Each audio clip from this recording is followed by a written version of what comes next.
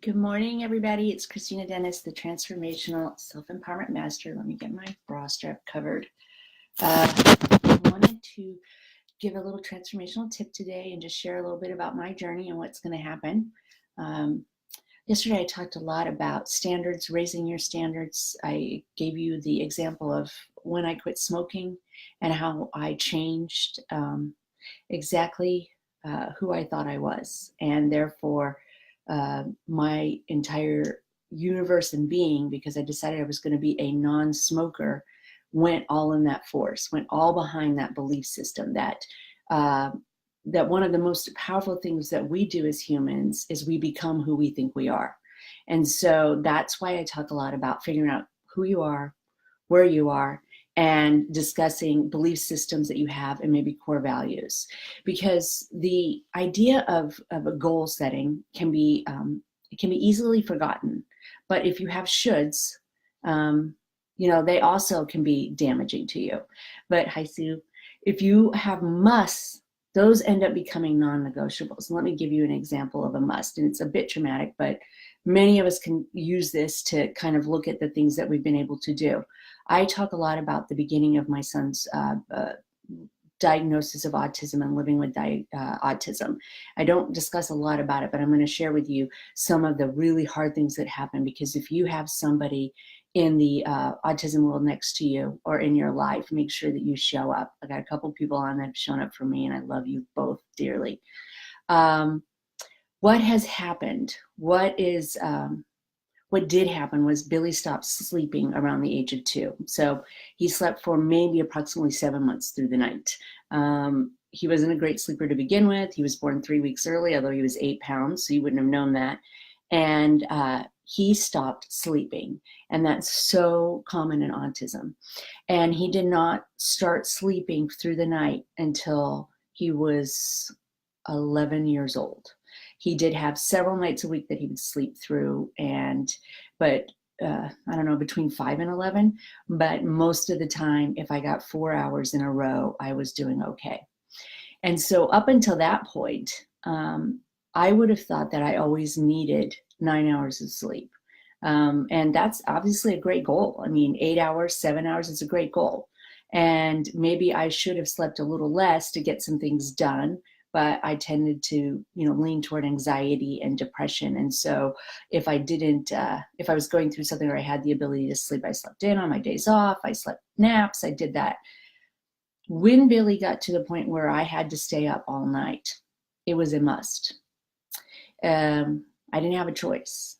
And so when you can get to that place in your life, if you look at things that you've done that were musts, and they were non-negotiable and they became who you were, I became that mom that was going to protect my son no matter what. And I was going to stay up all night if I needed to.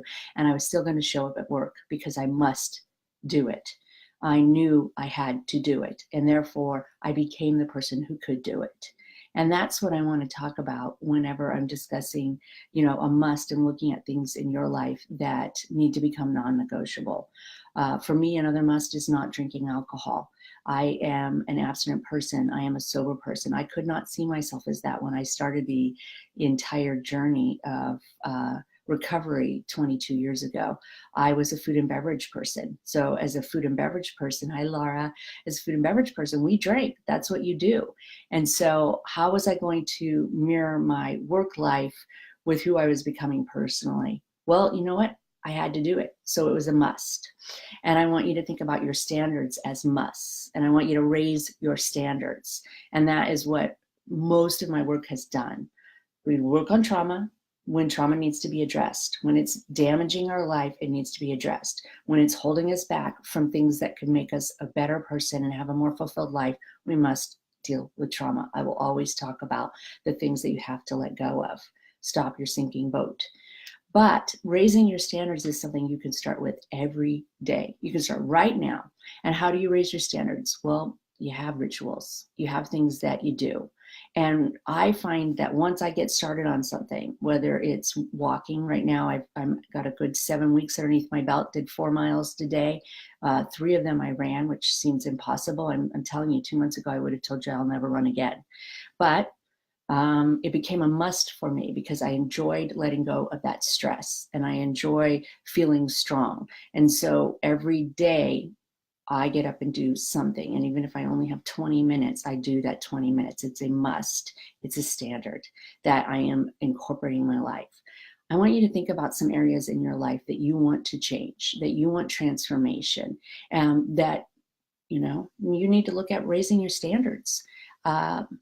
This is not a judgment. I need to raise my standards. And I'm going to share with you one area that I'm planning on looking at and what I'm going to do with it.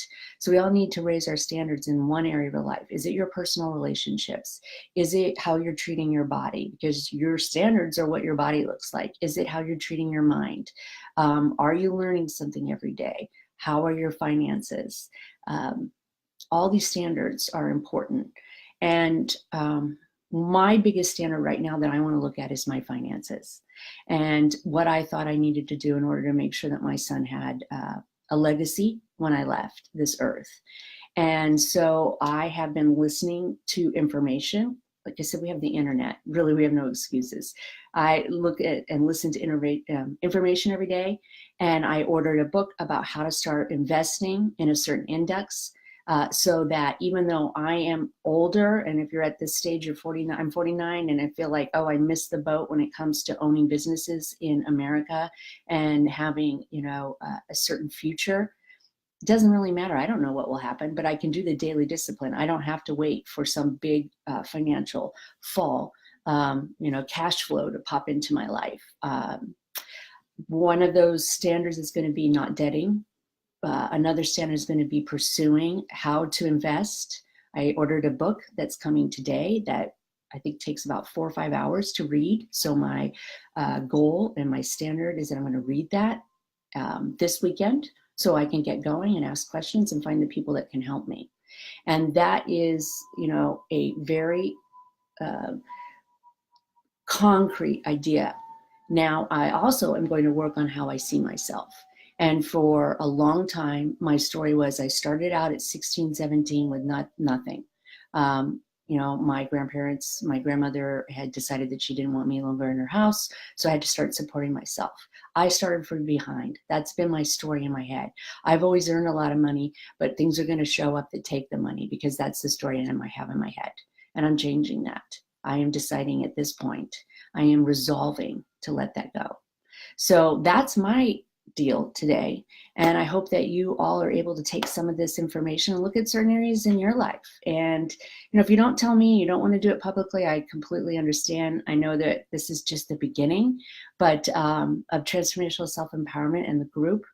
But if you do, and you want to declare that I'm going to change a certain standard, please feel comfortable doing that. Or I'm going to raise my standards in this area. If you don't tell me, tell someone. Because the truth of the matter is that it's almost near impossible to do anything by ourselves. And why would we want to if there are people around that are going to love us and support us and cheer us on?